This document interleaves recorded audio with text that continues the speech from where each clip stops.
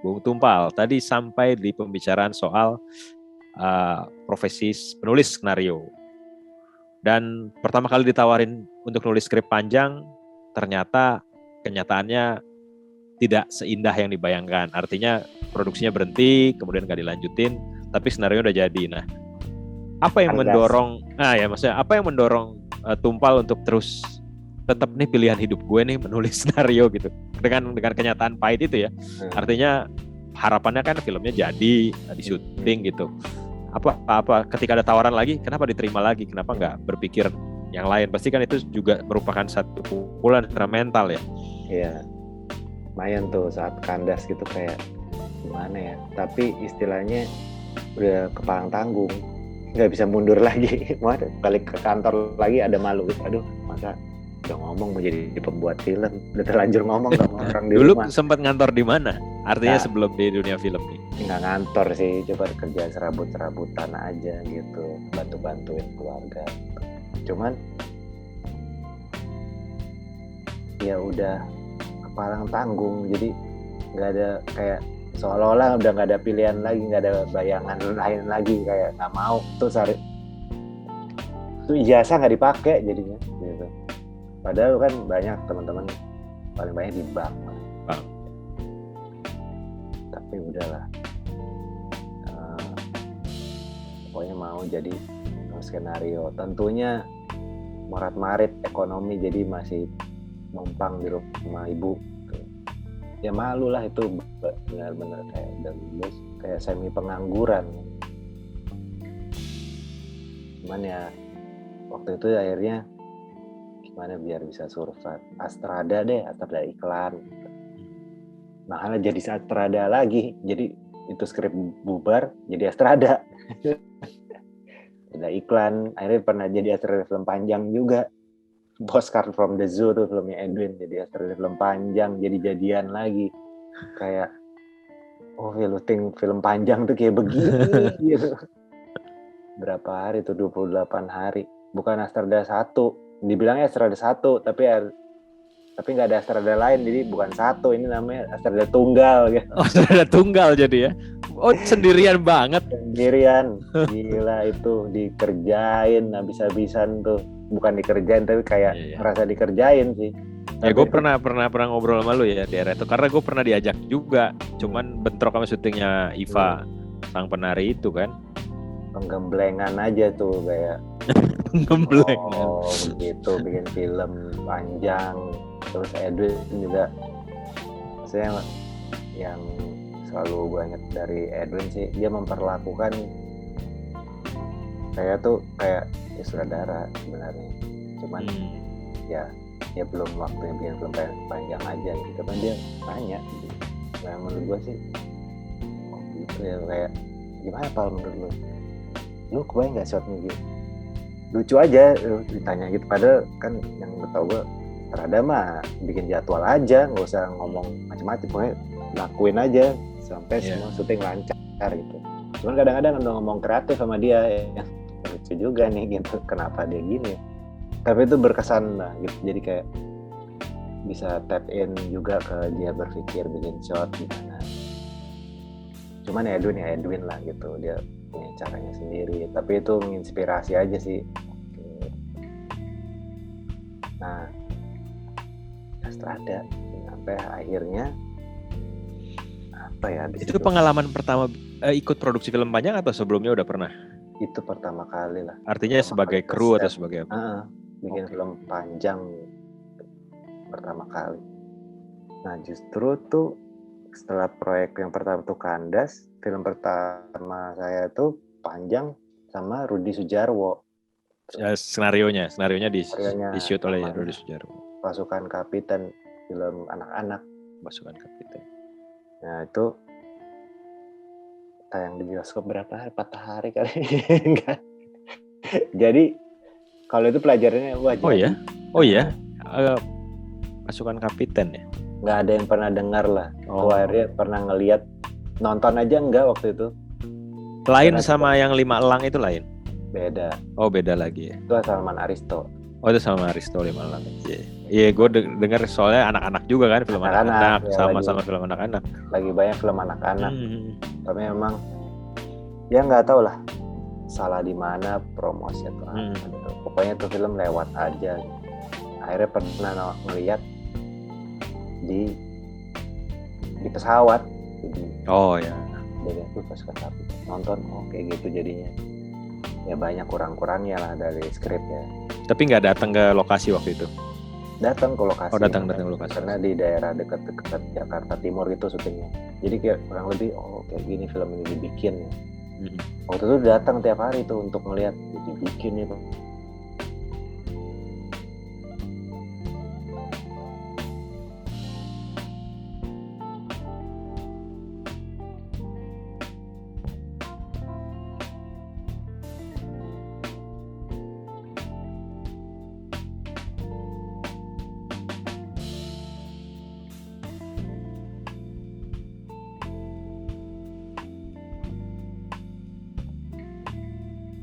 Kayak emang bertuturnya gue tuh jangan-jangan emang nggak terlalu dramatis di tengah-tengah gitu.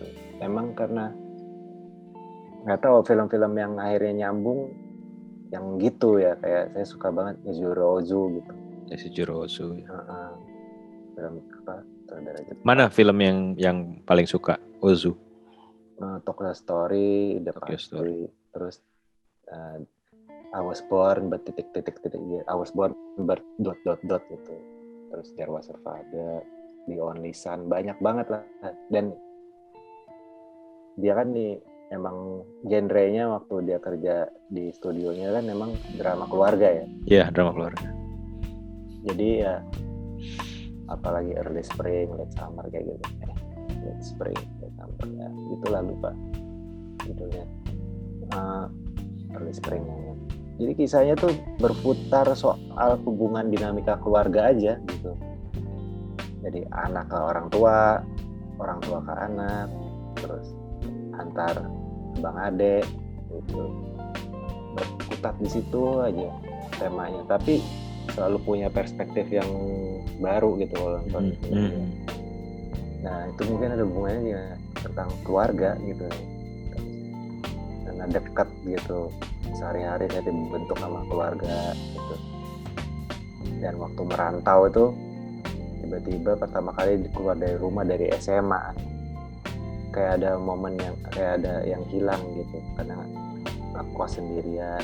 Jadi kerinduan akan keluarga itu tahu sih ada di Jakarta, sebenarnya dekat sih dulu, cuman jaraknya itu belum ada Cipularang kayaknya. Iya belum ada, harus kereta api dulu.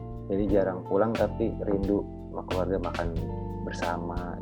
Waktu nonton film-film Ozu. Dia makan, ngeliat keluarga makan bareng gitu. Kayak ada yang ngeklik aja gitu. Terus ya sebenarnya tema film anak-anak tuh juga akhirnya ada itunya tuh, kayak keluarga kan, karena anak-anak ya ini anak-anak yang punya orang tua gitu. Jadi ada dinamika keluarga tapi dari perspektif anak kecil gitu. Ya filmnya akhirnya ya mungkin dibilang kurang sukses deh ya, tapi itu jadi gitu. Akhirnya itu aja memberi kepercayaan diri kan. Bisa nih, cuman tetap panjang perjalanan gitu, baru akhirnya bikin film lagi Rocket Train sama Anggun.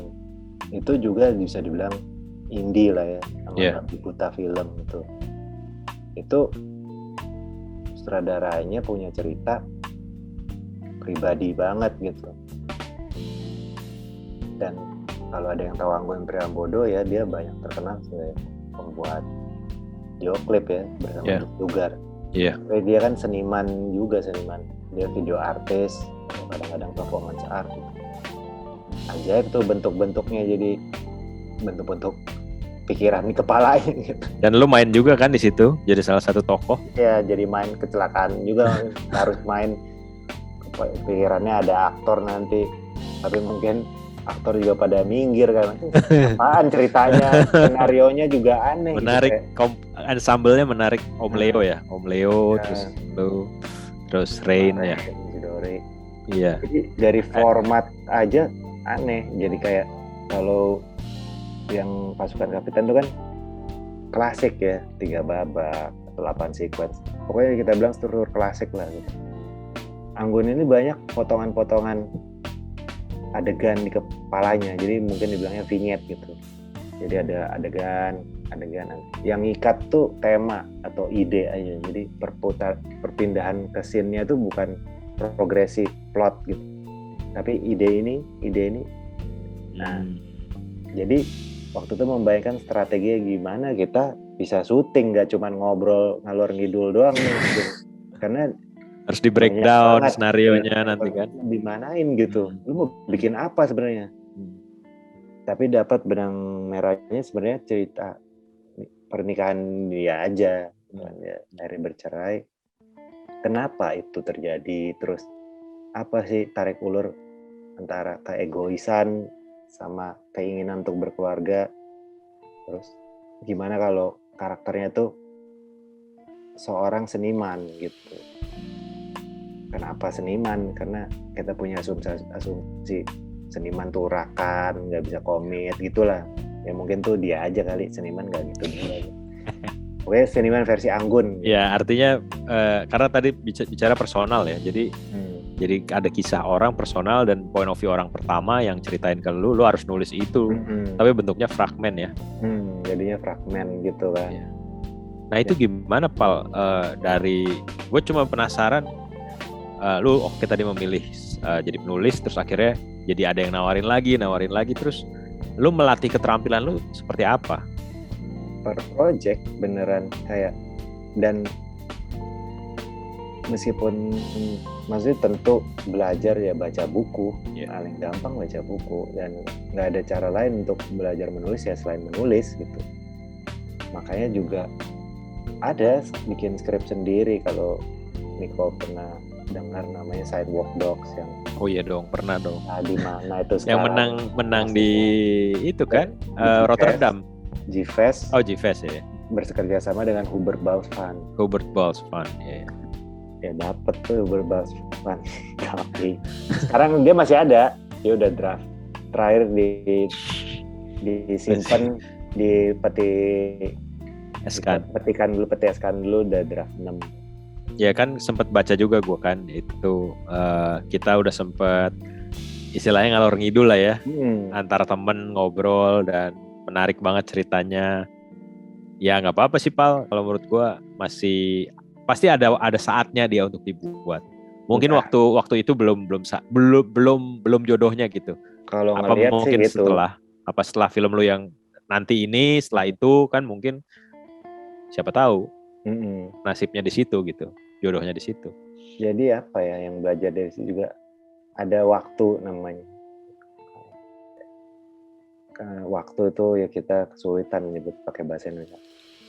Tapi waktu itu kan ada waktunya, ada waktu semesta lah ngomongnya gitu. Jadi emang ini orang bilang nasib gitu kali. Nah itu yang kita harus pahamin juga tuh, kayak sebagai ya penulis skenario lah khususnya gitu. Karena banyak elemen yang ada di sekitar kita yang nggak bisa kita kontrol gitu, kayak investor atau ada deal-deal yang nggak terjadi gitu, kayak ternyata pas syuting pemain yang nggak bisa, terus ya udah nggak jadi aja filmnya, bubar karena timing itu penting juga, kayak harus dibikin sini supaya nanti ada gini-gini putar bioskop. Jadi banyak banget elemen yang apa ya yang bisa dikontrol dan waktu itu benar-benar sejajar apa sinergi itu hampir seperti keajaiban gitu, kayak gila bisa syuting gitu sampai hari masih kagum sih klub hari pertama kok bisa. Nah tinggal masalahnya bagus atau enggak itu level beda lagi tuh. Makanya dulu sebagai penonton film, nonton film jelek tuh misu-misu kan. Iya pasti banget. Nah setelah membuat film dan tahu pernah gagal dan tahu itu sulit, bukan masih misu-misu, cuman kayak ngertiin emang bikin film bagus tuh susah banget. Bikin film aja udah susah. Bikin film do aja udah susah gitu. Nah, waktu inget kayak Anggun itu, kita sebenarnya waktu itu namanya babi buta ya, PH-nya. Jadi babi buta film itu. Ya.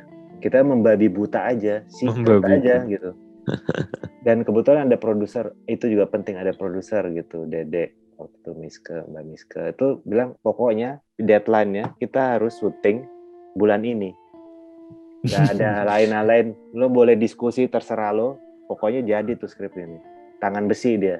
Jadi itu waktu mau syuting deket-deket tuh belum lock gitu ini skenarionya. Belum lock juga sampai akhirnya disikat gitu kayak pokoknya harus ada ya.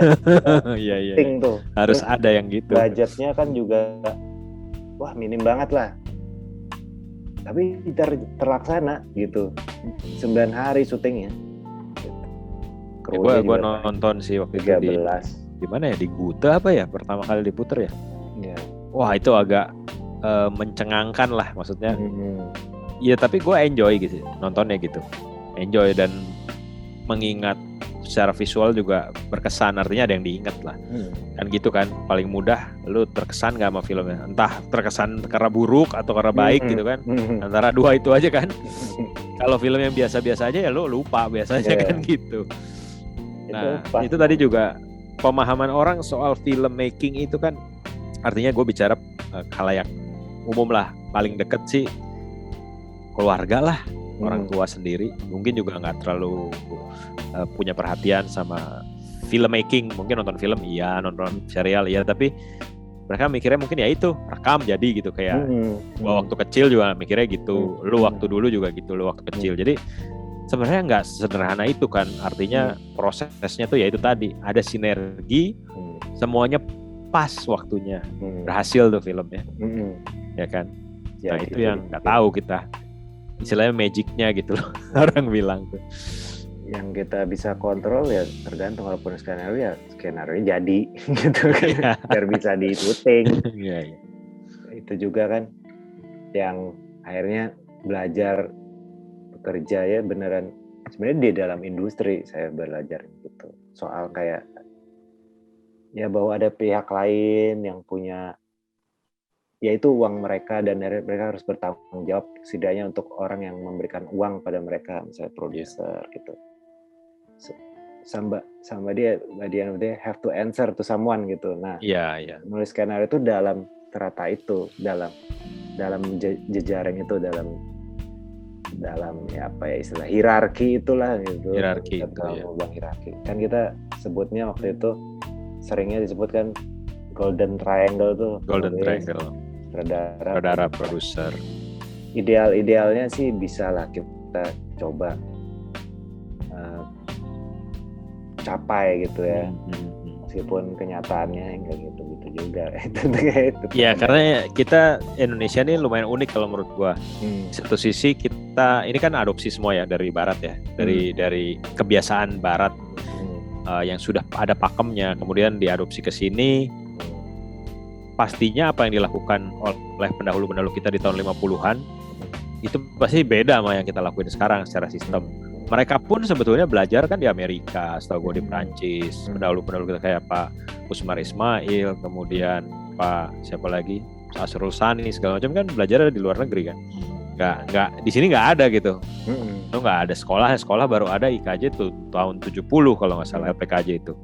Udah setelah itu mereka udah namanya udah besar gitu, Sumanjaya di Rusia, dan ya pasti sistemnya berbeda gitu. Nah mungkin kita yang paling memudahkan adalah belajar dari Hollywood kan. Artinya karena mereka punya industri, udah bisa dikatakan sebagai industri gitu. Sementara di Indonesia home industry mungkin paling hanya 1-2 perusahaan yang udah ada yang IPO segala macam sih yang gue tahu, tapi hanya 1-2 kan, nggak semua gitu perusahaan besar gitu. Jadi gue melihatnya bahwa bagaimana profesi penulis skenario ini eksistensinya itu bisa sustain gitu, bisa bertahan gitu, karena balik lagi ada macam-macam cara kan sebetulnya untuk mengerjakan film gitu. Ada seorang penulis skenario memang di-assign atau ditugaskan untuk menulis dengan tema tertentu gitu. Nah, ketika lu mengalami itu, artinya kan bukan idenya bukan dari lu kan gitu, dari produser atau dari sutradara, tapi tadi seperti contoh Anggun itu kan. Nah, bagaimana lu melihatnya? Oke, lu bilang gue akan riset lewat buku atau apa, tapi ada cara lain nggak? Mungkin lu ngobrol, iya, tapi kan nggak semua sutradara bisa punya waktu ngobrol. Artinya hubungan profesionalnya mungkin lu nggak kenal sebelumnya, akan atau Mas kita ngobrol yuk, ngobrol. Mungkin dulu belum ada Zoom, masih harus ketemu atau telepon gitu kan. Itu gimana lu menyikapi itu? Sama sih, ya yang belajar juga, baca buku juga, bahwa penulis skenario itu ya benar-benar mau jadian itu selalu saya sebut itu, karena dia bukan karya literatur. Nggak ada orang baca skrip tuh, sebenarnya orang awam nggak baca skrip tuh dibaca oleh profesional, artinya orang yang akan bikin film. Naskah teater aja masih dibaca, naskah skenario tuh kalau orang yang tertarik banget lah sama film baru dia baca. Saya aja penulis skenario ya pokoknya waktu senggang tuh nggak baca skenario orang lain gitu. Baca buku novel aja gitu, karena nggak ada yang bisa dinikmatin dari baca skenario gitu. Nah itu satu. Jadi dia aja sebenarnya juga apa yang dia bikin itu intermediate gitu, hasil akhirnya tuh media visual. Karya antara lah ya, antara kalau kemarin katanya Baskoro. Jadi dia punya, makanya dia profesi itu tidak serta-merta semua orang yang bisa nulis bisa jadi penulis skenario gitu. Langka tuh kayak gitu. Orang bisa wah dia kan penulis cerpen atau penulis novel ya. Dia bisa lah nulis skenario film. Ada anggapan gitu, ada anggapan yang menyederhanakan tuh ada memang. Banyak penyederhanaan itu, silahkan dicoba. Hollywood punya kok sejarah itu juga waktu mulai F. Scott Fitzgerald, siapa, bahkan Hemingway aja pernah. Nggak pernah ada yang kita ingat filmnya. Ya pernah. Memang berbeda cara bertuturnya gitu. Jadi penulis skenario itu tetap menurut saya filmmaker, pembuat film yang kebetulan bekerja pakai teks, jadi literatur gitu. Tapi dia berpikir pembuat film itu dulu deh. Visual ya, berpikir visual ya. Audio visual. Ya. Nah itu satu, belajar ditutur dengan gambar. Tapi memang ada teaternya juga karena ada performance aktor kan. Terus bahwa kenyataannya 99% kalau mau berprofesi sebagai penulis skenario, akhirnya kalau bahasa Inggrisnya itu di Hollywoodnya dibilangnya OWA, Open Writing Assignment, artinya ya commission project. Jasa lo disewa memang untuk menulis skenario gitu. Jasa, jadi itu pekerjaan profesi penulisan skenario itu jasa. Yang dipakai tuh memang bukan tubuh kita doang gitu, jasa gitu, nulis itu mah notulen namanya, tapi juga pikiran dan kreativitas kita mendesain itu juga, mendesain cerita. Jadi ide boleh datang dari manapun, tapi desainnya akan maksudnya dramaturginya, strukturnya, terus bahasa visualnya gimana, itu penulis skenario yang mikirin. Nah terus ada yang namanya spec script, speculation script. Artinya script yang dibikin sendiri oleh penulisnya dengan tujuan nanti mau dijual di opsi, kalau di lelang gitulah kalau di Hollywood. Namanya spec script. Nah, kita kalau di Amerika, di Hollywood, kalau mau dikenal sebagai penulis skenario ya bikin spec script. Dan orang bisa bikin lusinan 40-an spec script sampai akhirnya dia di hire secara profesional sebagai penulis skenario. Dan jangan-jangan proyek pertamanya itu bahkan bukan skrip dia. Jadi dari spec script itu cuman oke, ya bisa nulis, mau nggak nulis cerita, balik lagi ke OWA itu, Open Writing Assignment. Nah yang ketiga pitching, ada cara lain lagi pitching. Jadi ya ketemu orang, aku punya ide cerita nih gini. Oh menarik ya. Ya udah tulis skenarionya. Itu opsi 1. Opsi kedua menarik. Ya udah saya bayar ya idenya. Yang nulis skenario, penulis skenario saya yang udah sering kerja sama studio saya. Tapi mungkin karena kita tadi terinspirasi Hollywood, kalau nggak dibilang nyontek Hollywood. Tapi yang diambil tuh yang mananya nggak ngerti gitu. Iya. Karena kalau penulisan skenario Hollywood, ya banyak penulis skenario bagus. Tapi itu kenapa bisa gitu? Lahir dari sistem seperti apa? Wah itu udah jelas banget sistemnya gitu. Nomor 1, semua penulis skenario di sana punya agen. Jadi belum ada film yang jadi pun ada agennya. Oke. Kita tahan dulu di situ. Kita akan bicara lebih banyak soal industri film dan bagaimana penulis skenario ada di pusaran itu. Sesaat lagi masih di Jurnal Sinema.